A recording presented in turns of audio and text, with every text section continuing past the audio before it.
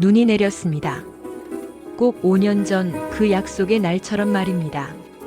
나에게 크리스마스는 더 이상 축제가 아니었습니다. 그저 기다림의 무게를 재는 저울일 뿐이었습니다. 기차역 승강장 의자는 차가웠습니다. 낡은 점퍼 소매를 입김으로 녹여보지만 속 깊은 외로움까지는 데워지지 않았습니다. 60대 후반 세상에 남은 것은 이제 이 싸늘한 기다림뿐입니다. 젊은 날 땅속 깊은 곳에서 석탄을 캐던 나의 삶은 그렇게 땅 위로 나와 빛을 보지 못한 채 텅 빈 갱도처럼 무너져 내렸습니다. 사랑했던 사람도 피부치도 모두 떠난 자리에 이 약속만이 마지막 숯불처럼 남아 타오르고 있었습니다. 이 이야기는 강원도 정선 카지노와 황지 탄광촌을 배경으로 60대 후반의 한 광부 출신 남자가 겪는 처절한 상실과 회복의 과정을 그린 시니어 휴먼 드라마입니다. 술과 도박으로 모든 것을 잃고 가족에게 마저 외면당한 주인공 김영호 씨. 그는 인생의 밑바닥에서 한 여인 연숙 씨를 만나고 카지노를 떠나 새 출발하자는 약속을 합니다. 두 사람이 헤어지며 나눈 약속은 매년 크리스마스 이브 황지 기차역 앞 재회였습니다. 하지만 5년간의 기다림 끝에 영호 씨는 자신이 기다려온 그 약속 뒤에 숨겨진 충격적인 진실과 연숙 씨의 위대한 희생을 마주하게 됩니다. 그녀가 남긴 애틋한 기다림의 의미는 무엇일까요? 시청자 여러분의 깊은 공감과 회상을 이끌어낼 김영호 씨의 감동적인 사연을 지금부터 시작합니다. 이 이야기는 실화를 바탕으로 각색한 창작 드라마 시나리오입니다. 나는 김영호입니다. 황지 탄광촌에서 나고 자라 이 강원도 산골 깊은 곳에서 청춘을 바쳤던 사내입니다. 1990년대 중반 광업소 폐쇄 소식이 들려왔을 때 내 삶도 함께 무너지는 줄 알았습니다. 그때의 황지는 마치 거대한 관 같았습니다. 시꺼먼 탄가루 대신 쓸쓸한 바람만 휘몰아쳤고 동료들의 웃음소리 대신 적막만이 메아리 쳤습니다. 사람들은 짐을 싸서 떠나갔고 나는 떠날 힘도 이유도 찾지 못하고 그 폐허 같은 곳에 주저앉았습니다.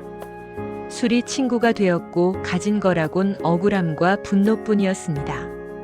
아내는 잔소리가 아닌 절망의 눈빛으로 나를 바라봤고 결국 남매 셋을 데리고 떠났습니다. 당신에게는 이제 광부로서의 삶 말고는 아무것도 남지 않았어요. 이혼 서류에 도장을 찍던 날 아내의 그 마지막 말이 아직도 귀에 박혀 있습니다. 그때 나는 몰랐어요.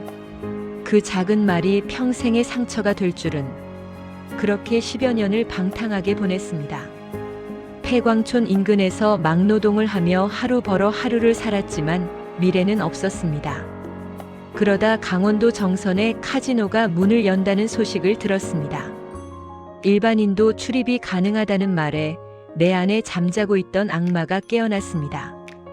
지하의 어둠에서 벗어나지 못한 자는 결국 또 다른 어둠을 찾아가지요. 그곳이 바로 나에게 새로운 갱도였습니다. 빛과 소리로 가득 찬 화려한 갱도. 하지만 그곳의 빛은 희망이 아니라 탐욕이었습니다. 몇 년 동안 노름에 빠져 위자료 주고 남은 퇴직금까지 모두 탕진했습니다. 아내와 자식들에게 마지막으로 남은 미안함의 끈마저 스스로 끊어버린 것입니다.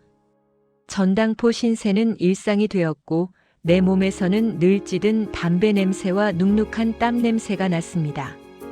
내 삶이 완전히 바닥을 쳤을 때 나는 그곳에서 한 여인을 만났습니다.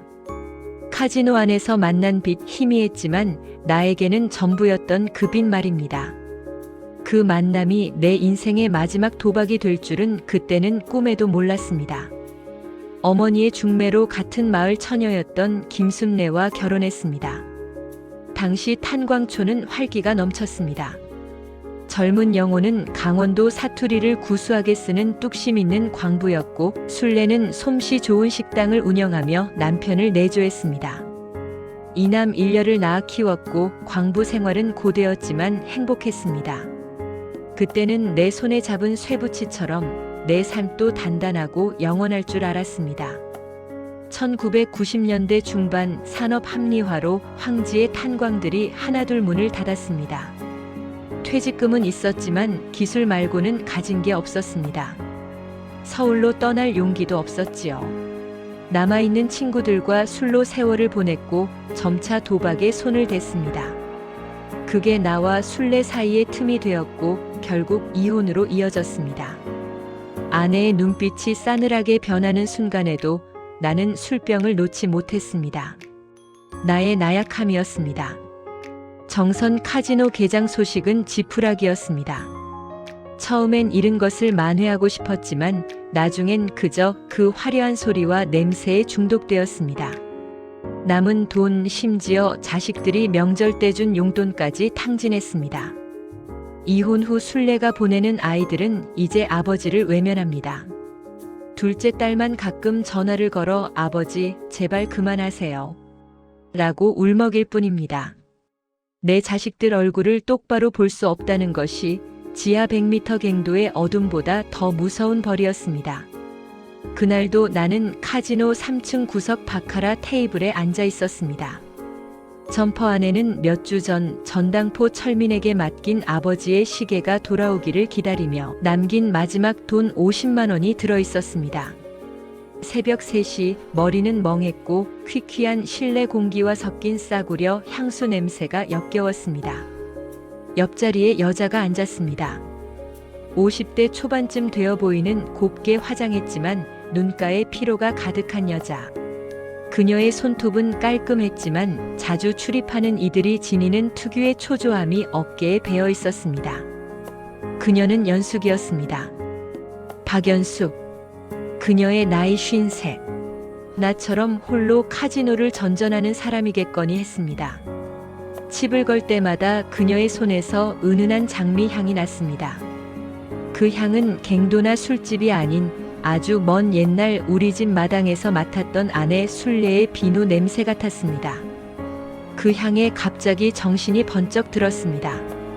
나는 테이블에서 벌떡 일어섰습니다. 잃은 것도 없었고 딴 것도 없었지만 더 이상 그 자리에 앉아 있을 수가 없었습니다. 아저씨 벌써 가세요? 연숙이 나를 붙잡았습니다. 그녀의 목소리는 카지노의 소음 속에서 유난히 또렷하게 들렸습니다. 나는 씁쓸하게 웃었습니다. 가긴 어딜 가요? 갈 곳이 없어서 이러고 있는 거지. 잠깐 바람 좀 쐬려고. 우리는 담배를 피우러 외부 흡연장으로 나왔습니다. 강원도의 겨울밤 공기는 차고 매서웠습니다. 후두득 하늘에서 눈발이 날리기 시작했습니다. 참, 낯이 익어요. 저기 며칠 전에도 배웠죠?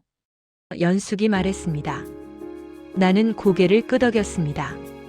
나는 김영호입니다. 황지 쪽 사람입니다. 박연숙이에요. 그녀가 내민 손은 의외로 따뜻했습니다. 그녀는 주저하는 듯이 말을 꺼냈습니다. 아저씨는 제가 보기에 여기 어울릴 분은 아닌 것 같아요. 나는 코웃음을 쳤습니다. 어울리고 안 어울리고가 어디 있습니까? 돈 잃는 사람은 다 똑같지. 아니요. 아저씨 눈에는 아직 악밖에 안 보여서요. 저처럼 모든 걸 포기한 사람의 눈빛이 아니에요. 곧 나갈 수 있을 것 같은 눈빛이라고요. 그녀의 말은 묘하게 내 심장을 건드렸습니다. 나는 화를 내는 대신 깊은 한숨을 쉬었습니다. 내 삶이 바닥에 처박혔는데 남에게서 희망의 냄새를 맡고 있는 그녀가 오히려 이상하게 느껴졌습니다. 그녀는 왜 나에게 그런 말을 하는 걸까? 그녀는 여기에 왜 있는 걸까? 탄광 광부로 살아서 카지노에는 어울리지 않는다는 얘기인가? 아줌마도 이럴 분은 아닌 것 같습니다. 향수 냄새가 비싼 냄새가 나요. 나는 퉁명스럽게 내뱉었습니다. 연숙은 잠시 침묵했습니다. 눈발이 그녀의 속눈썹에 살짝 쌓였습니다. 그거 제 딸이 준 거예요. 어제 마지막으로 걸었던 돈 잃고 딸 얼굴이 떠오르더라고요. 내가 뭐 하는 짓인가 싶어서. 그녀는 곧 카지노 안으로 다시 들어갔고 나는 한참 동안 찬 바람을 맞으며 그녀가 앉았던 자리를 바라보았습니다. 나에게도 마지막이라는 것이 남아있을까? 그날 밤 나는 도박장에서 도박을 멈추게 하는 묘한 끌림, 희미한 구원의 그림자를 느꼈습니다. 사람의 마음이란 참 간사합니다. 지옥 속에서도 한 줄기 빛을 찾고 싶어 하지요. 하지만 그때는 몰랐습니다. 그 빛이 구원인지 아니면 더 깊은 함정의 유혹인지를요. 연숙과의 만남 이후 카지노 안에서 우리는 서로의 그림자처럼 맴돌았습니다. 서로의 테이블을 지켜보며 잃으면 안타까워했고 따면 잠시 축하해주는 묘한 공생 관계였습니다. 내가 그녀를 찾는 건 낡은 나의 삶에서 풍겨나오는 악취를 지워주는 그녀의 은은한 향 때문이었는지 모릅니다. 나는 그녀에게 황지 광부였던 내 과거를 털어놓았습니다. 폐광 후 술과 노름으로 가정을 파탄낸 이야기, 자식들의 외면까지. 그녀는 묵묵히 들었습니다. 아저씨는 참 솔직하시네요. 그래도 자식들이 아주 외면한 건 아니지 않습니까? 둘째 따님이 전화라도 해준다는 건 아직 아저씨를 사랑한다는 증거예요. 연숙은 자신의 이야기는 쉽게 꺼내지 않았습니다. 그저 서울에서 사업을 하던 남편이 보증을 잘못 써서 모든 것을 잃었고 그 충격으로 남편이 세상을 떠난 후 남은 빚을 갚으려 여기에 왔다고만 했습니다. 그녀 역시 나처럼 가정의 붕괴라는 깊은 상처를 지니고 있었습니다. 사흘 뒤 나는 마지막 50만 원을 모두 잃었습니다. 눈앞이 캄캄해졌습니다. 전당포 철민에게 맡긴 아버지의 시계를 찾을 길이 사라진 것입니다. 그 시계는 어머니의 유품이기도 했습니다. 나는 절박한 마음에 카지노 화장실 구석에서 둘째 딸 영미에게 전화를 걸었습니다. 목소리가 떨렸습니다.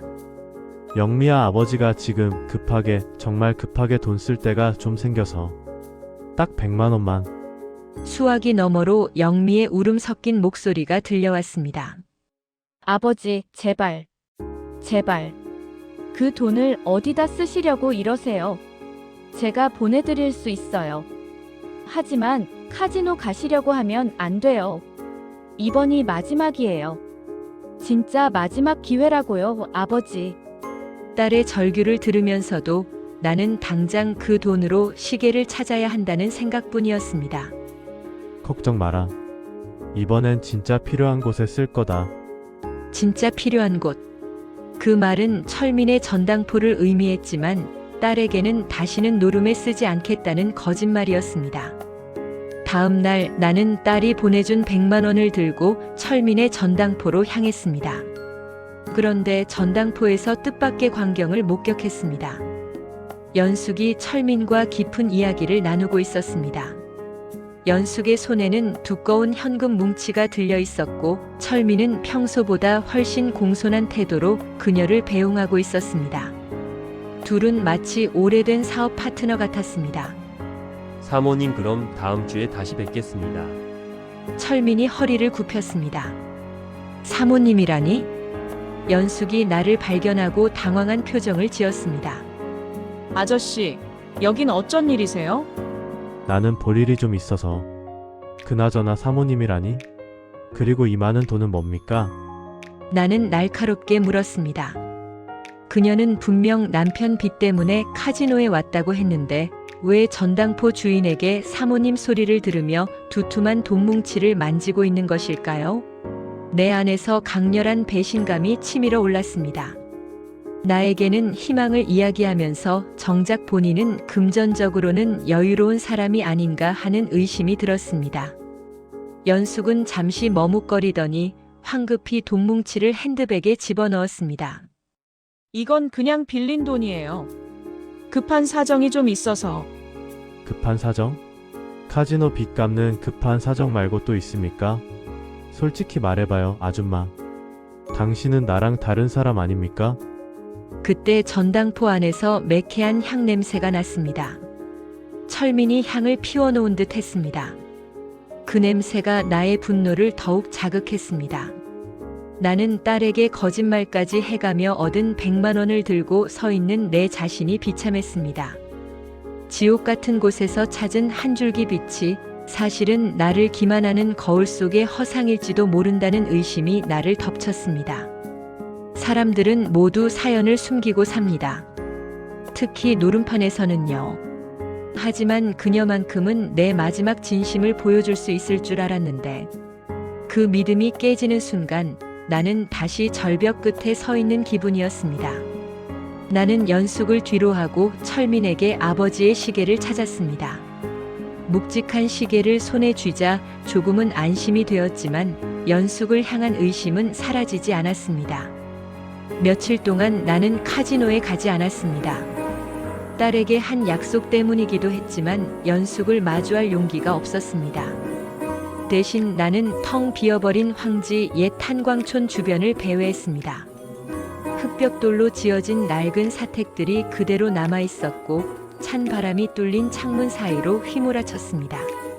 어릴 적 친구들과 뛰어놀던 곳, 아내와 함께 행복했던 짧은 시절의 흔적이 남아있는 곳, 동료들과 지하 800m까지 생사를 함께 했던 곳이었습니다.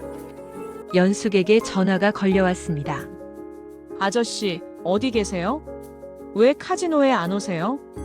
그녀의 목소리는 걱정이 가득했습니다. 나는 이제 그만두려고. 당신처럼 부자 사모님들이 놀러 다니는 곳 말고 원래 내 집으로 돌아왔어. 나는 일부러 비아냥거렸습니다. 연숙은 잠시 말이 없더니 나지막이 말했습니다. 저 때문에 오해하셨군요. 아저씨 계신 곳으로 갈게요. 황지 기차역에서 만나요. 밤 8시.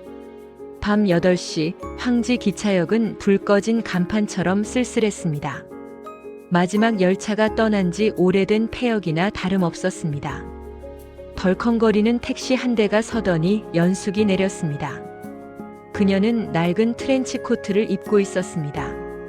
우리는 대합실 벤치에 마주 앉았습니다. 찬 기운 때문에 입에서는 하얀 입김이 끊임없이 나왔습니다. 철민 씨한테 사모님 소리 들은 거 그거 오해예요. 연숙이 먼저 입을 열었습니다. 나는 시큰둥하게 대답했습니다. 왜? 돈 뭉치는 뭔가요? 당신은 나한테 남편 핏값 풀어 왔다고 했잖아요. 연숙은 깊은 한숨을 쉬더니 핸드백에서 노란색 봉투 하나를 꺼냈습니다. 맞아요. 나는 빚 갚으러 왔어요. 그런데 그 빚이 내 빚이 아니에요. 내가 보증을 섰던 남편의 친구 가족 빚이에요. 남편이 죽기 전에 부탁한 일이었어요. 그 집 딸이 아픈데 남은 빚 때문에 의료보험 혜택도 못 받는다고요. 그녀는 눈물을 닦으며 말을 이었습니다. 철민 씨는 전당포 주인이지만 사채업자이기도 해요. 나는 카지노에서 딴 돈을 모아 철민 씨에게 채권을 조금씩 사들이고 있었어요. 그래야 그 가족에게 이자 독촉을 멈출 수 있으니까. 그날 아저씨가 받던 돈은 카지노에서 딴 돈과 내가 집을 담보로 추가 대출받은 돈을 합친 거였어요. 철민 씨가 나에게 사모님이라고 한 건 내가 그 빚을 대신 갚아주는 채권자의 위치가 되었기 때문이에요. 나를 호구로 안 본다는 뜻이었죠. 내 머릿속이 복잡해졌습니다.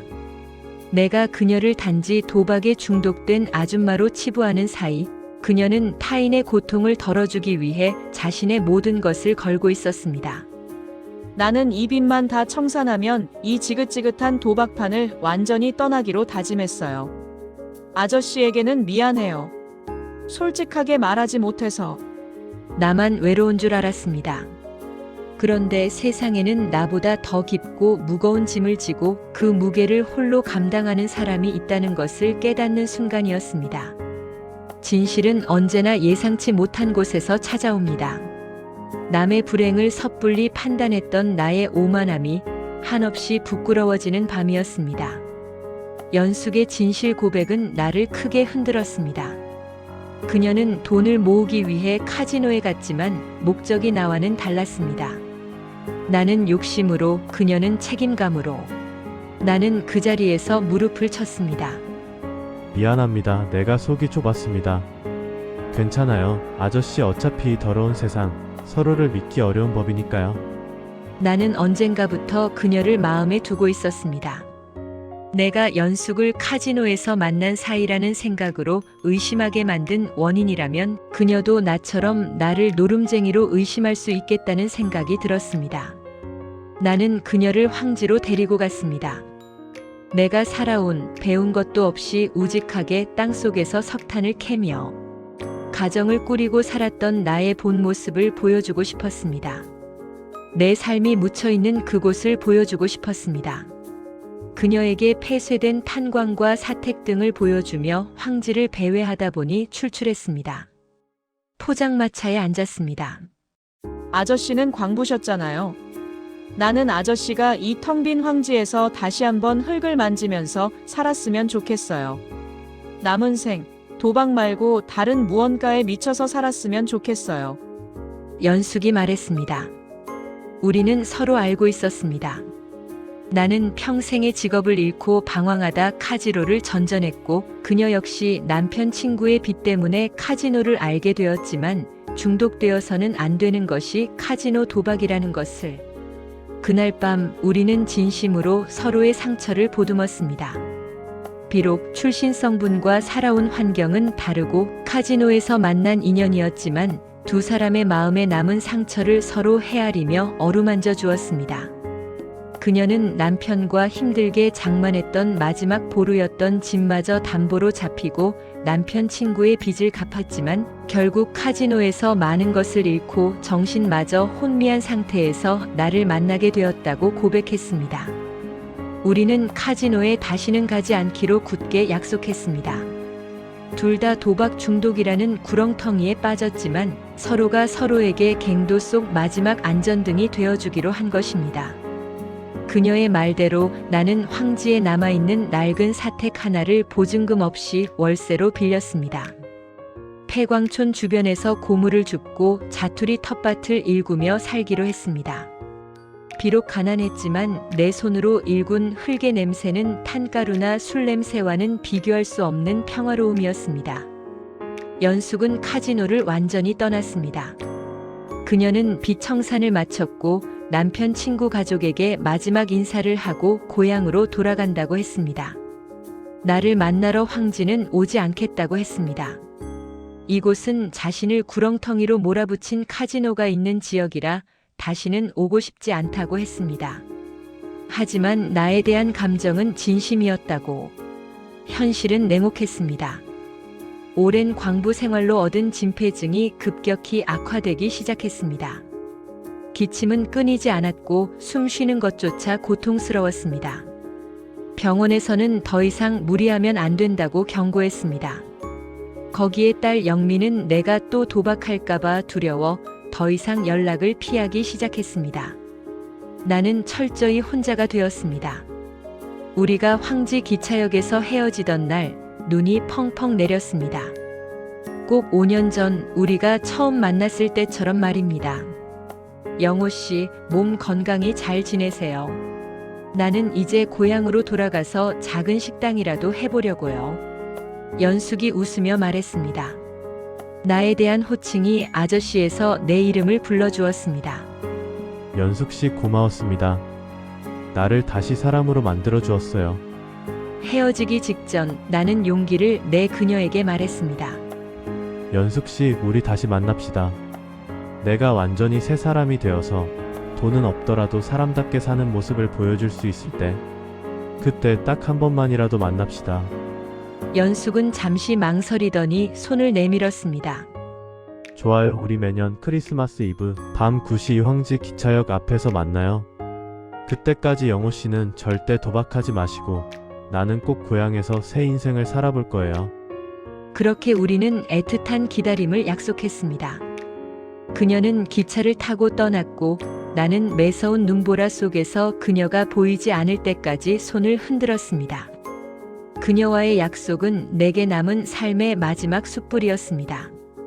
그 숯불이 꺼지면 나는 다시 까만 재로 변해버릴 것만 같았습니다.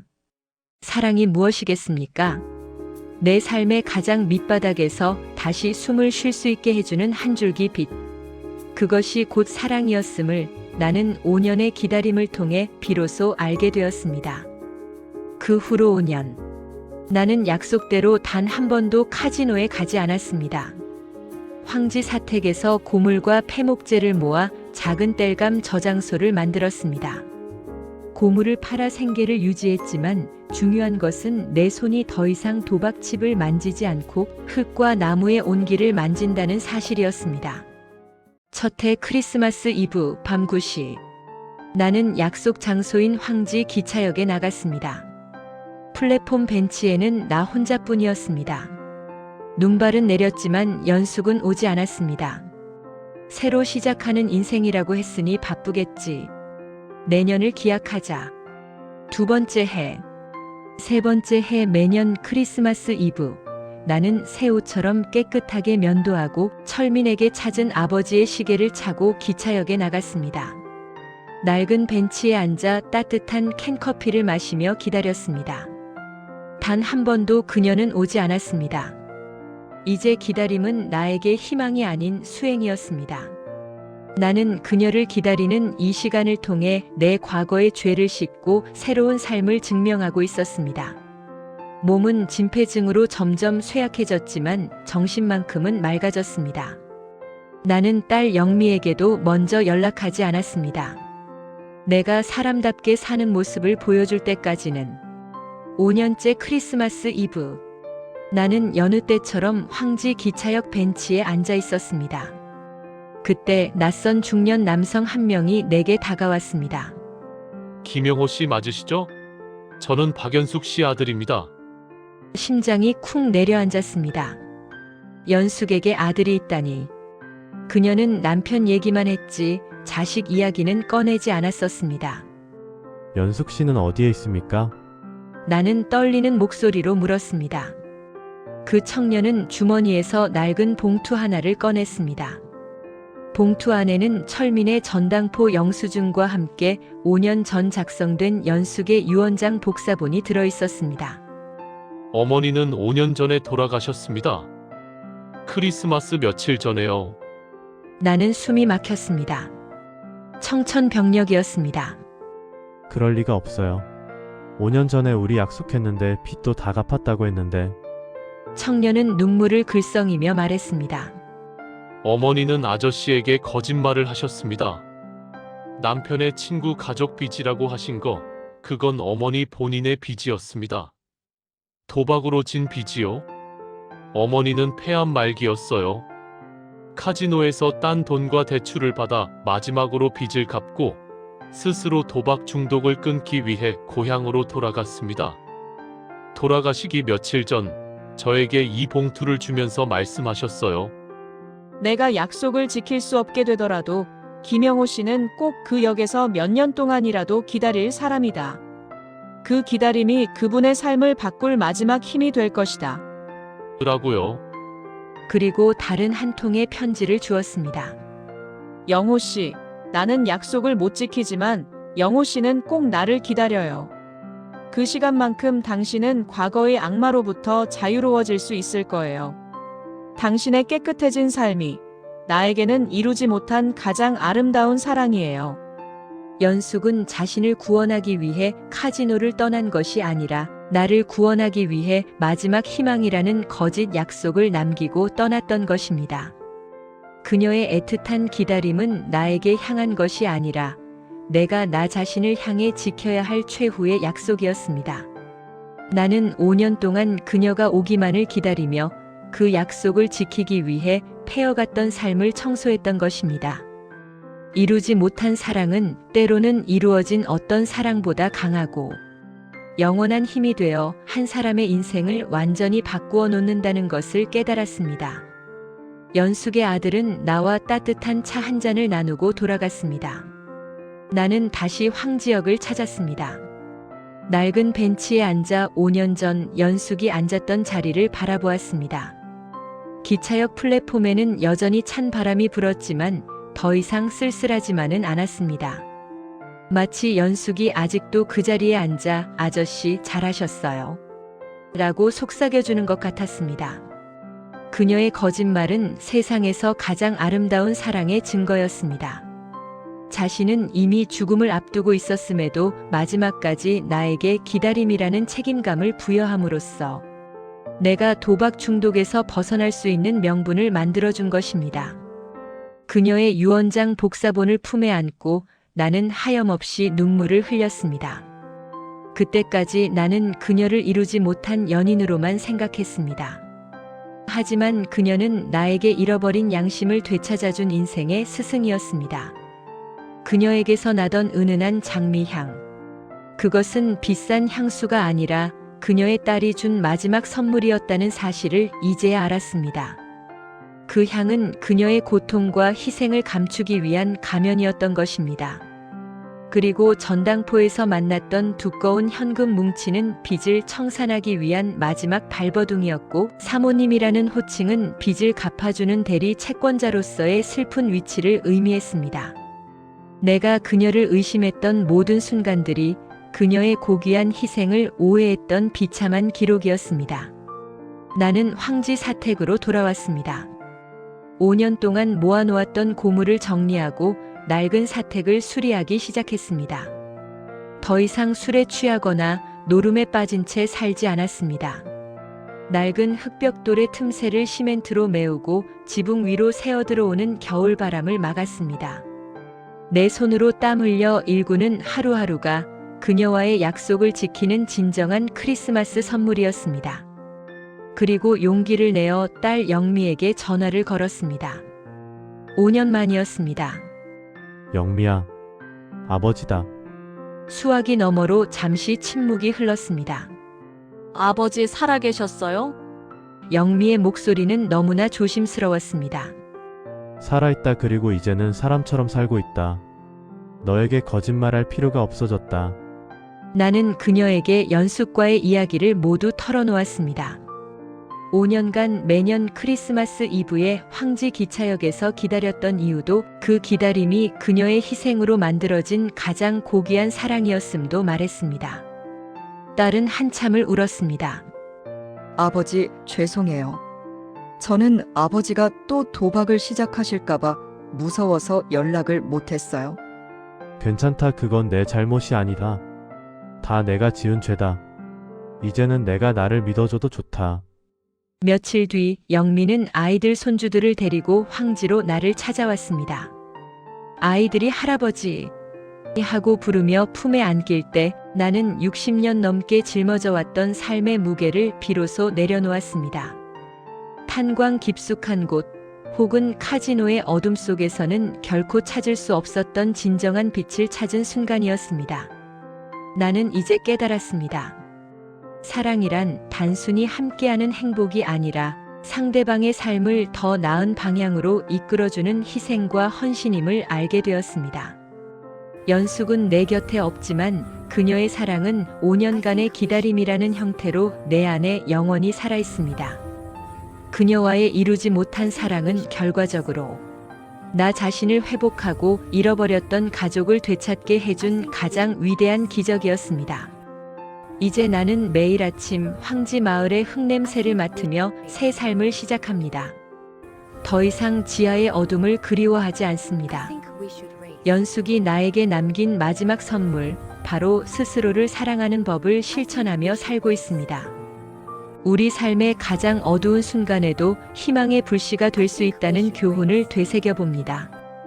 영상이 마음에 드셨다면 구독과 좋아요, 알림 설정으로 다음 이야기, 인생의 재료를 바꾼 어느 식당 안에의 비밀도 놓치지 마세요.